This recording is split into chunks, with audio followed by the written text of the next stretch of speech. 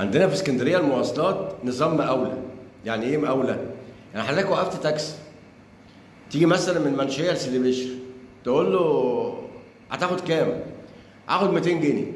ليه يا عم 200 جنيه؟ ما انا راكبها لسه اول امبارح، راكبها ب 150 جنيه. يقول لك لا والله يا فندم البنزين غلي. طب ما انا راكبها اول امبارح والبنزين غلي. يقول لك لا والله معلش انا اسف.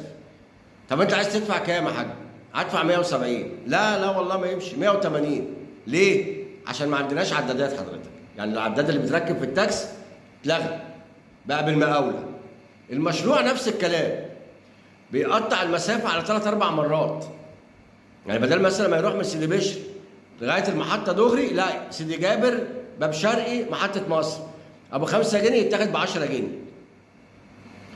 ليه بقى حضرتك؟ عشان عندنا 4 حاجات اتلغوا في اسكندريه: المرور والاداب والمخدرات والمصنفات، ما بقوش موجودين.